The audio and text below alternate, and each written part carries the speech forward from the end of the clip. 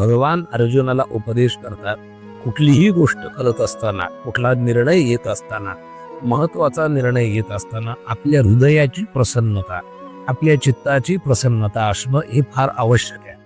भगवान अर्जुनाला उपदेश करतात, अर्जुना क्लैब्यम मास्मगम पार्थ नैतत्वयी उपपत्यते क्षुद्रम हृदय दौर्बल्यम त्यत्वोत्कृष्ट परंतप. हृदयाच्या तुच्छपणामुळे किंवा मनाच्या अप्रसन्नतेमध्ये कोणीही मनुष्य चांगला निर्णय कधीच घेऊ शकत नाही. भगवान अर्जुनाला सांगतात, अर्जुना पार्थ क्लैब्यम मास्मगमा, मनाचा हा नपुंसकपणा तुला शोभत नाही. क्षुद्रम हृदय दौर्बल्यम, तू हृदयाचा हा तुच्छपणा टाकून दे आणि त्यक्त्वा उत्कृष्ट, तू गूढ हा हृदयाचा तुच्छपणा सोडून दे आणि तुझ्या कार्याला लाग.